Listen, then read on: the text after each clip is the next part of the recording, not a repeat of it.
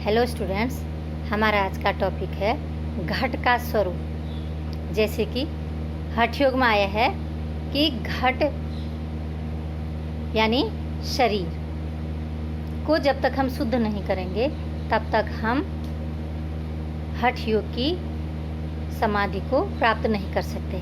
या जो भी साधक हठ योग की साधना में आगे बढ़ना चाहता है उसे अपने शरीर को, अपने घट को शुद्ध रखना अति आवश्यक है। तो घट का स्वरूप क्या है तो इसको समझना चाहिए।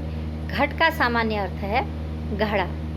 शरीर को भी घट की उपमा दी गई है। यह शरीर सुकृत और दुष्कृत कर्मों से उत्पन्न होते हैं। शरीर से कर्म और कर्म से शरीर की उत्पत्ति होती है। अतः कर्मवश प्राणी संसार चक्र में घूमता रहता है। जैसे घड़े को पकाकर पक्का किया जाता है वैसे इस शरीर को योगाग्नि के द्वारा परिपक्व किया जा सकता है। अर्थात यह शरीर भी अगर देखा जाए तो मिट्टी का ही बना हुआ है। जो इसमें 5 तत्वों से शरीर बना हुआ है तो जो स्थूल भाग है इसका ये मिट्टी का ही है, पृथ्वी तत्व है ये। तो इस शरीर में ही, इस शरीर का हमारे जो अस्तित्व के लिए, हमारे जीवन में जो स्थूल है, जो दृश्य है, अस्तित्व की जो पहचान है, हमारे अस्तित्व की जो पहचान है वो शरीर है। तो इसलिए शरीर का महत्वपूर्ण रोल है। इस शरीर के माध्यम से ही चेतना, मन, बुद्धि, अंतःकरण जो भी तत्व हैं वो इसी के माध्यम से व्यक्त होते हैं। इसलिए इस शरीर को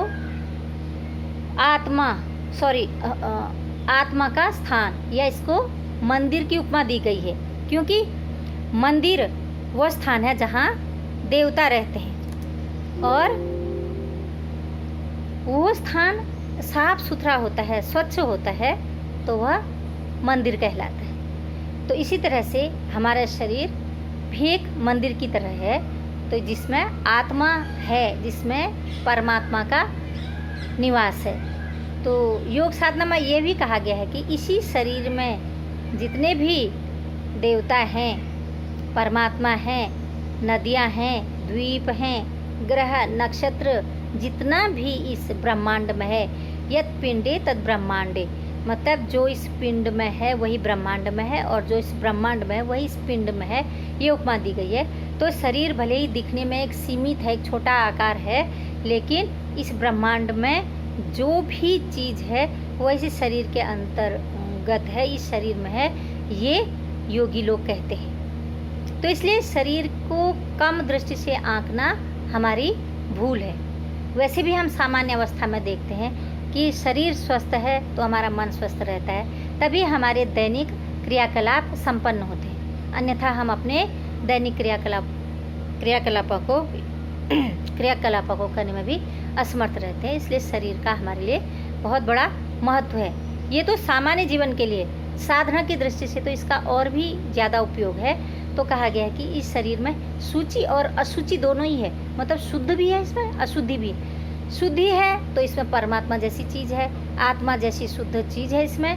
और अगर अशुचि है तो इसमें है मल, मूत्र, कफ, पित्त, वायु, ये सब अशुद्धियाँ हैं। लेकिन फिर भी हम इनको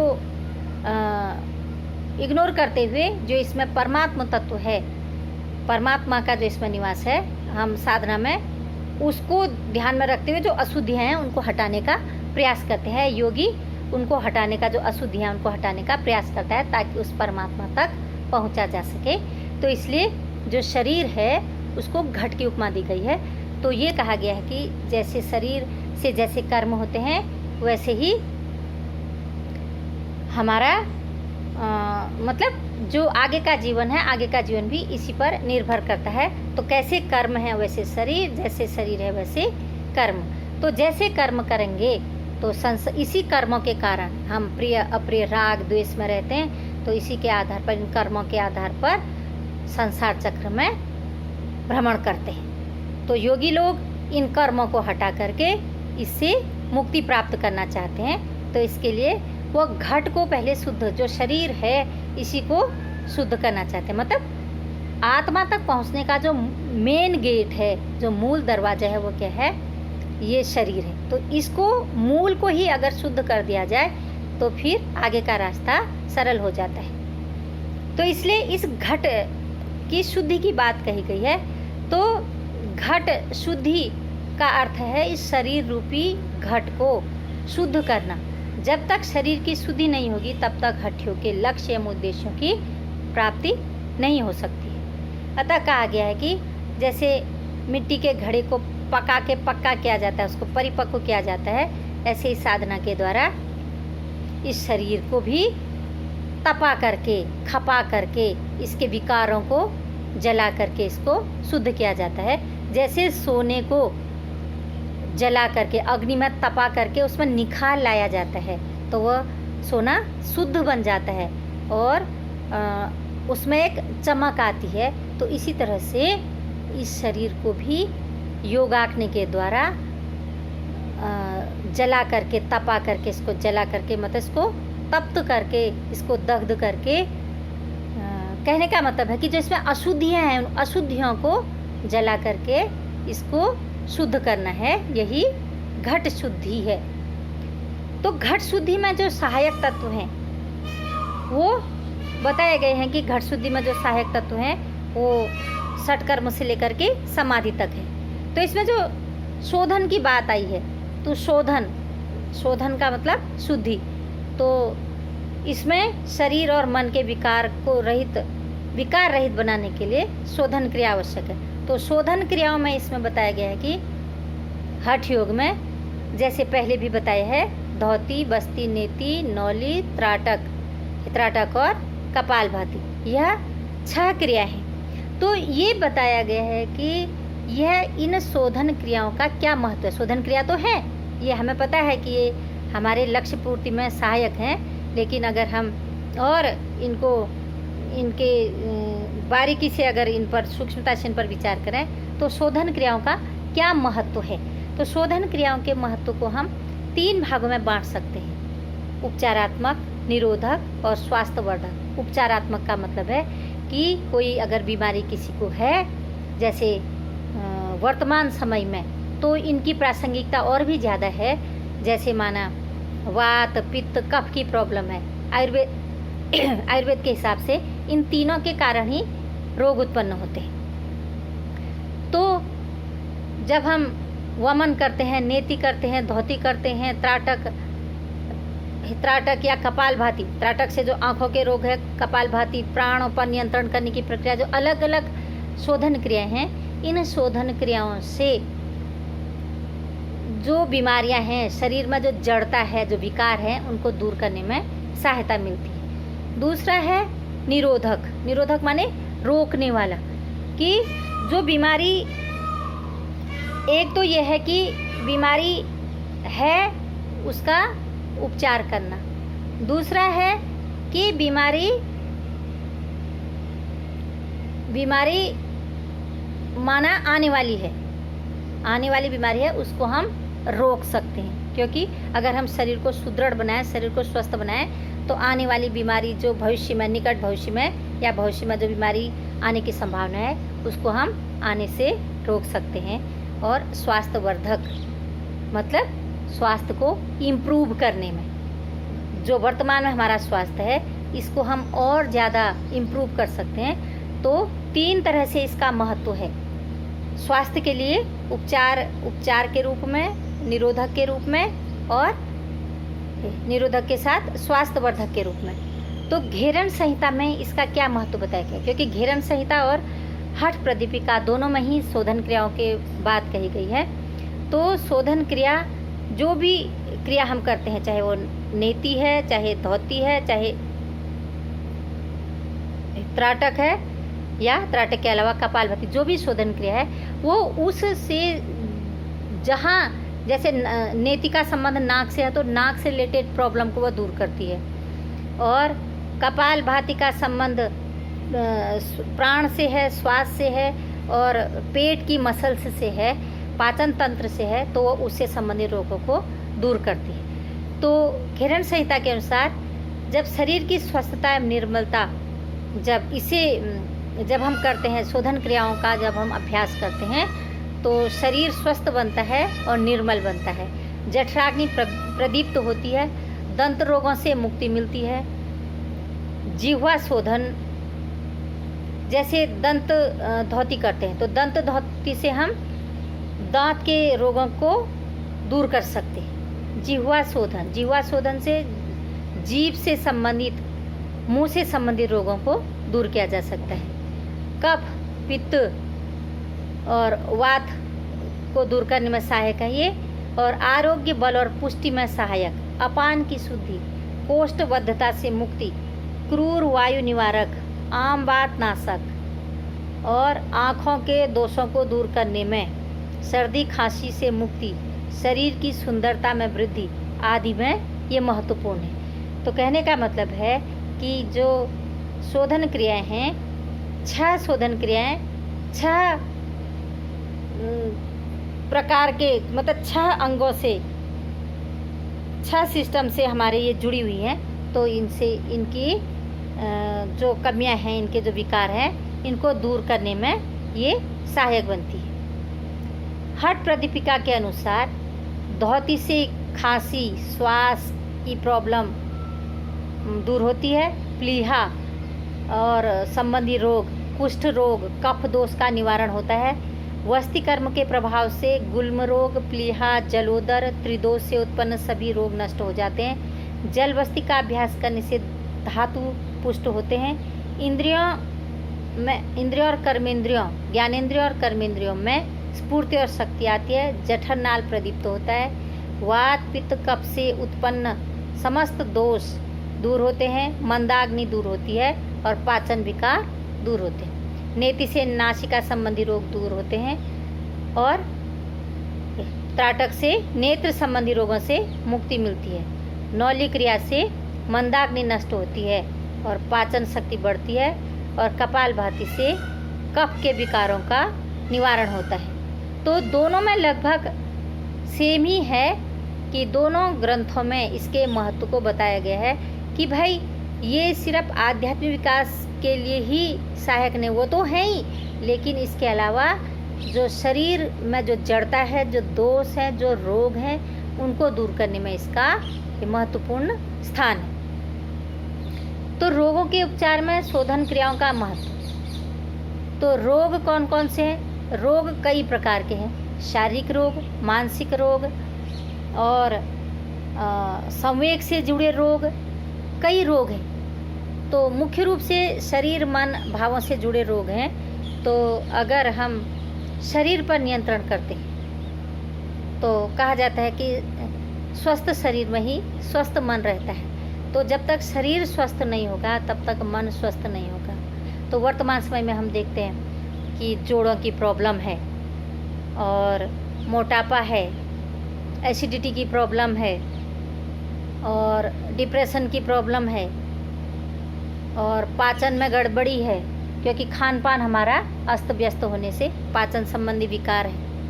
तो एक हमारी जो लाइफस्टाइल है उसके गलत होने से एक नहीं अनेक रोग वर्तमान समय में उभर रहे हैं। माइग्रेन की प्रॉब्लम है जिसमें आधा शीशी का दर्द भी बोलते हैं। तो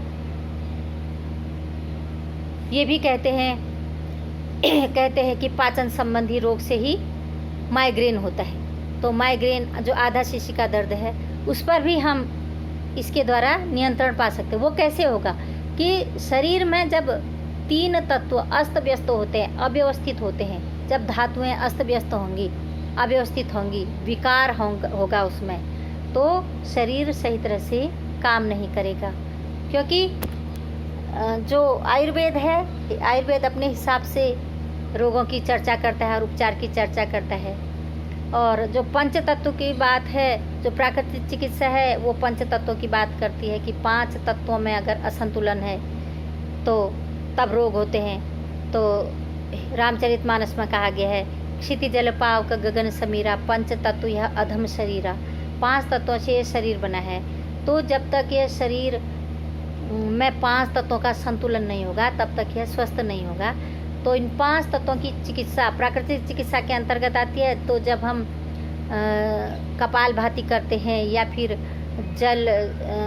जल का उपयोग होता है शोधन क्रियाओं में, तो तब भी ये पंच तत्वों में किसी न किसी रूप में उसका या जो आकाश तत्व है, शरीर में जो भी तत्व है, इन शोधन क्रियाओं का कुछ न कुछ उस पर प्रभाव अवश्य पड़ता है।